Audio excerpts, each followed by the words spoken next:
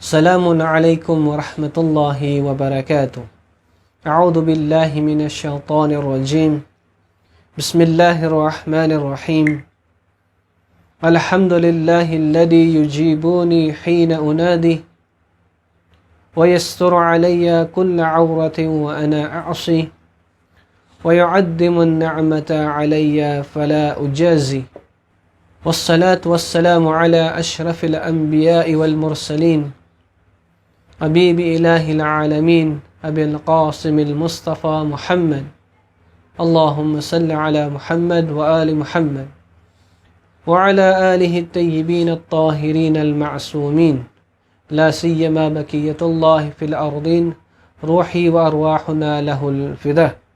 Tayo'y nagpapasalamat sa Allah subhanahu wa ta'ala dahil dumating sa atin ang buwan ng Ramadan at tayo'y nakapag-ayuno at nasamban natin ng tapat ang Allah subhanahu wa ta'ala.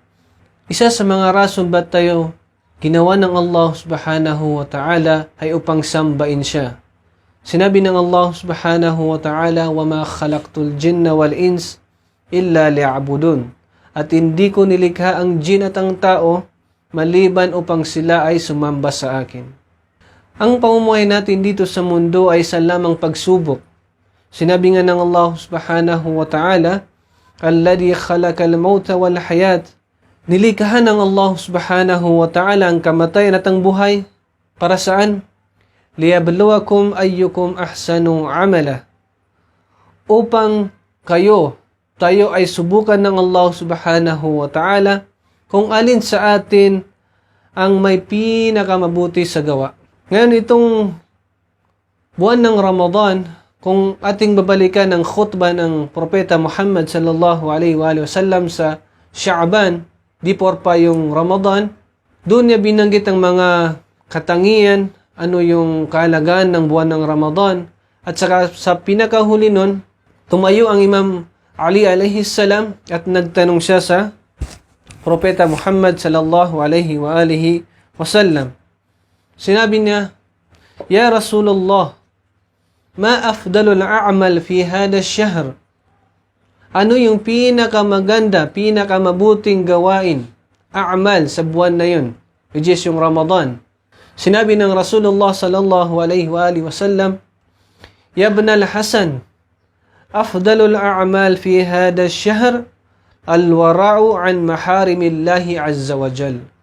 Ang pinakamabuting gawain sa buwan na yun, which is yung buwan ng Ramadan, ay ang pag-iwas sa lahat ng ipinagbawal ng Allah subhanahu wa ta'ala. Ngayon mga kapatid, bakit kailangan nating umiwas sa mga pinagbawal ng Allah subhanahu wa ta'ala? Dahil yun ang mga dahilan na tayo ay napapalayo sa Allah subhanahu wa ta'ala. Isa sa mga katangian o gawain na nasa loob ng isang tao ay ang pagmamahal sa dunya. O kaya tinatawag nating hubbud dunya. Minsan kasi ang mga tao, kahit alam na nila na mayroon pang kamatayan, mayroon pang yaumul qiyamah, pero yung puso nila, yung pagmamahal nila, yung attachment nila ay mas malakas sa buhay nila dito sa mundo. Kaya minsan nagkakaroon ng problema yung isang tao.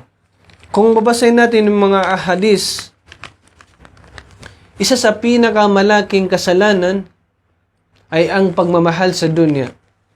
Sinabi ng Propeta Muhammad sallallahu alaihi wa alihi wasallam, Akbarul kaba'ir hubbud dunya.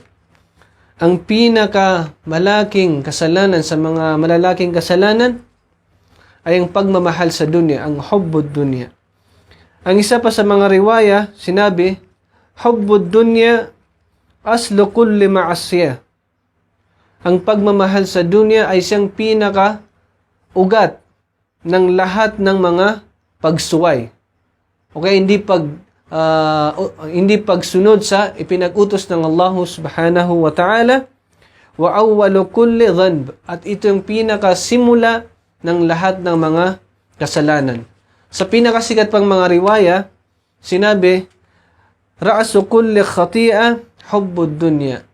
Ang pinakaulo ng lahat ng mga kamalian ay ang pagmamahal sa dunya. Dahil dyan ating tatalakayin ang hubbud dunya sa episode na ito. Una, dapat nating malaman kung ano ba ang dunya. Pangalawa, ano nga bang binibin natin na ano yung ibig sabihin ng hubbud dunya? Kasi tayo bilang isang tao, tayo rin ay nagmamahal ng mundo. Ano yung mga anong mga ayat sa Quran at sa mga riwayat ng mga Ahlul Bait alayhi salam patungkol sa hubbud dunya. At tayo magbibigay ng mga sample kung ano nga ba, kung paano isinalarawan ng Ahlul Bait ang pagmamahal sa dunya. Ano nga ba ang dunya? Sinabi ng Imam Ali alayhi salam, "Innama summiyat dunya dunya li'annaha adna min kulli shay." Ang dahilan ba't tinawag ang dunya na dunya dahil ito yung pinakamababa sa lahat ng mga shay. Ngayon alam natin ang pamumuhay dito sa mundo ay isa lamang pagsubok. Isa nga sa mga tanyag na riwaya na mula sa Propeta Muhammad sallallahu alaihi wa sallam at sa mga Ahlul Bait alaihi wassalam na ang dunya ay mazra'atul akhirah. Ang dunya ay isang plantation para sa akhirah. So, necessary pa rin na tayo ay mamuhay sa dunya, pagsikapan natin na gumawa ng mabubuting bagay dito sa dunya at ito ating matatamo sa Yawmul Qiyamah. Ngayon, sinabi ng Imam Zain al-Abidin, ad-dunya dunyaan. Ang dunya ay nati sa dalawa. Dunya balag wa dunya mal'auna. Ang unang dunya ay yung mga bagay na nagsasanhi ng pagiging matagumpay ng isang tao sa Yawmul Qiyamah. Pangalawa, ad-dunya mal'auna, yung isinumpang dunya. Ngayon makikita natin may mga tao na mayayaman pero sila isinumpa sa Yawmul Qiyamah. May mga tao din na sila ay mahirap at sila pa rin ay isinumpa sa Yawmul Qiyamah. Isang alimbawa, yung Firaun, binigay sa kanya yung kapangyarihan, yung pera, yung yaman, pero sa Yawmul Qiyamah siya ay mal'aun. Makikita din natin yung mga mahihirap, ginawa nila, nagnakaw sila, pumatay sila ng mga tao. Sa Yawmul Qiyamah sila ay mal'aun. May mga tao din na binigyan sila ng lakas, power, pero sila ay matagumpay sa Yawmul Qiyamah. Isa lang alimbawa, ang propeta Sulaiman, kaya propeta Daud. Pagdating nila sa Yawmul Qiyamah, sila ay matagumpay. May mga tao din na mahihirap at sila ay matagumpay sa Yawmul Qiyamah. Ngayon, ang pag-usapan natin ay ang mga taong sobra-sobra yung pananabik nila, yung pagmamahal nila sa dunya na siyang nagiging dahilan na pagkalimot sa Yawmul Qiyamah. Ipinagpalit nila yung gantimpala na meron sa Yawmul Qiyamah sa makamundong bagay. Ngayon tayo magbibigay ng mga ayat sa Quran kung paano isinalarawan ng Allah subhanahu wa ta'ala ang pamumuhay sa dunya.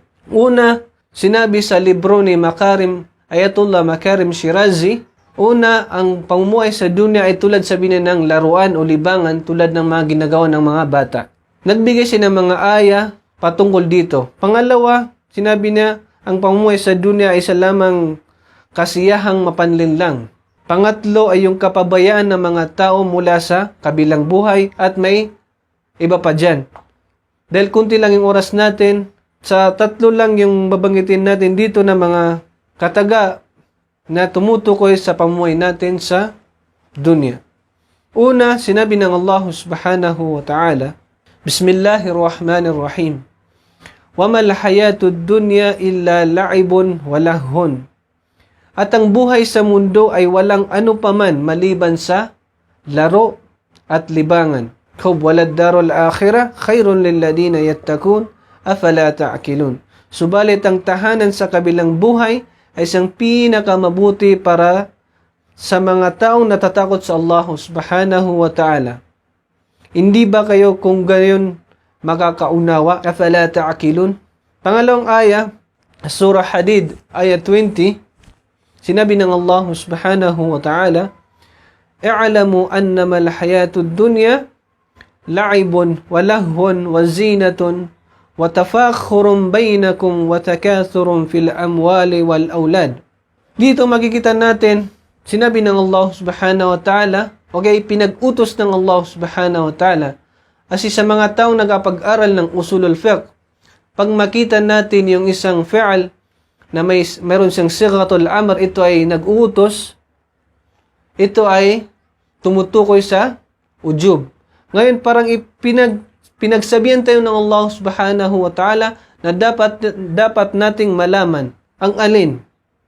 Annamal hayatud dunya, na ang buhay sa dunya, ang buhay sa mundong ito, ay hindi lalabas sa mga bagay na to. Una, laibon, isa lamang laro, walahon, isa lamang aliwan, wazinatun, palamuti, watafakhurum bainakum, yung pagyayabang sa isa't isa, watakaturun fil amwali wal aulad, at yung paligsaan sa pagpaparami ng yaman at mga anak. Sa mga mufassirun, inati nila yung yugto ng isang tao, yung marhala ng isang tao sa 5.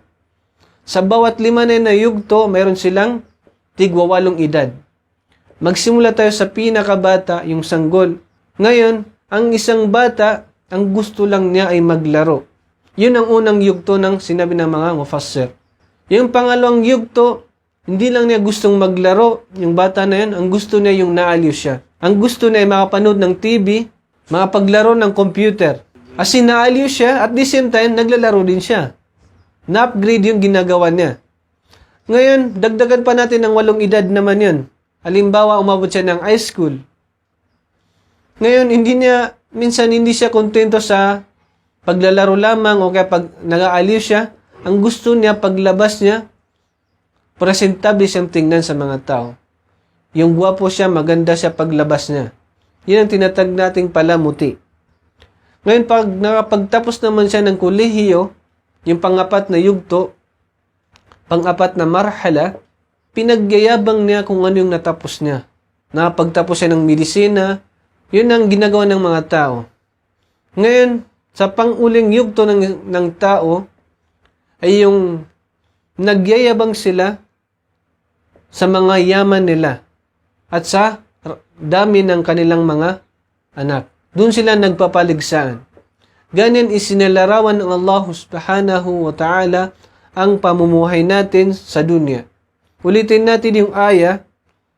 Sinabi ng Allah subhanahu wa ta'ala, "Ya'lamu annama al-hayatud dunya la'ibun wa lahwun wa zinatun wa tafakhurun bainakum wa takathurun fil amwali wal aulad." Pangalawa, ang pamumuhay sa dunya ay isa lamang kasiyahang mapanlinlang. Sinabi ng Allah subhanahu wa ta'ala, "Wamal hayatud dunya illa mata'ul gurur." At ano nga ba ang pamumuhay sa dunya? Ano yung buhay natin sa dunya? Ito ay maliban lamang sa kasiyahang mapanlinlang. Sinabi pa ng Allah subhanahu wa ta'ala, "Fala taghurrannakumul hayatud dunya wala yagurrannakum billahil gharur." At kayo ay malinlang tungkol sa Allah ng isang manlilinlang tulad ng Satanas. Pangatlong aya na mga binabanggit sa kitab na Al-Akhlaq fil Quran ni Makarim Shirazi ay ito, ang kapabayaan ng mga tao mula sa kabilang buhay. Sinabi ng Allah subhanahu wa ta'ala, "Ya'lamuna dhahiran minal hayatid dunya wa hum 'anil akhirati hum ghafilun." Kanilang nababatid lamang ang panglabas na anyo ng makamundong buhay at sila inggil sa kabilang buhay at hindi nagbibigay pansin. Kinakalimutan nila yung kabilang buhay. Masyadong attached sila kung ano yung nandito sa dunya. Sinabi pa ng Allah subhanahu wa ta'ala, "Bismillahirrahmanirrahim. Araditum bil hayatid dunya minal akhirah? Fama mata'ul ayatid dunya fil akhirati illa qalil." Kayo ba ay nasisiyahan o nalulugod sa buhay sa mundong ito ng igit kaysa kabilang buhay? Subalit, ano ang kasiyahan ng buhay sa mundong ito kung iambing sa kabilang buhay maliban sa napakaliit? Ganun isinalarawan ng Allah subhanahu wa ta'ala ang pamumuhay sa dunya. Ngayon tayo magbibigay ng mga ilang mga ahadis mula sa mga Ahlul Bait alayhimussalam patungkol sa pamumuhay natin sa dunya. Sinabi ng Imam Ali alayhissalam, "Hubbud dunya yufsidul aql." Ang pamumuhay sa dunya, yung pagmamahal sa dunya, ay siyang sumisira sa ating pag-iisip. Wa yusimmal qalba an sama'il hikmah. At ito'y nagdudulot ng kabingihan sa ating mga puso mula sa pagdinig sa mga kaalaman. Wa yujibul alimal iqab. At ito'y nagdudulot ng napakasakit na parusa. Sinabi pa ng Imam Sadiq alayhi salam, "Man ta'allaka qalbuhu bid-dunya, ta'allaka qalbuhu bi thalathatin khisal." Kung sino man yung i-attach niya ang kanyang puso sa dunya, ta'allaka qalbuhu bi thalathati khisal. At ito'y kanyang i-attach, kinabit ang kanyang puso sa tatlong bagay na to. Una, hammin la yufna, yung walang katapusang pag-aalala.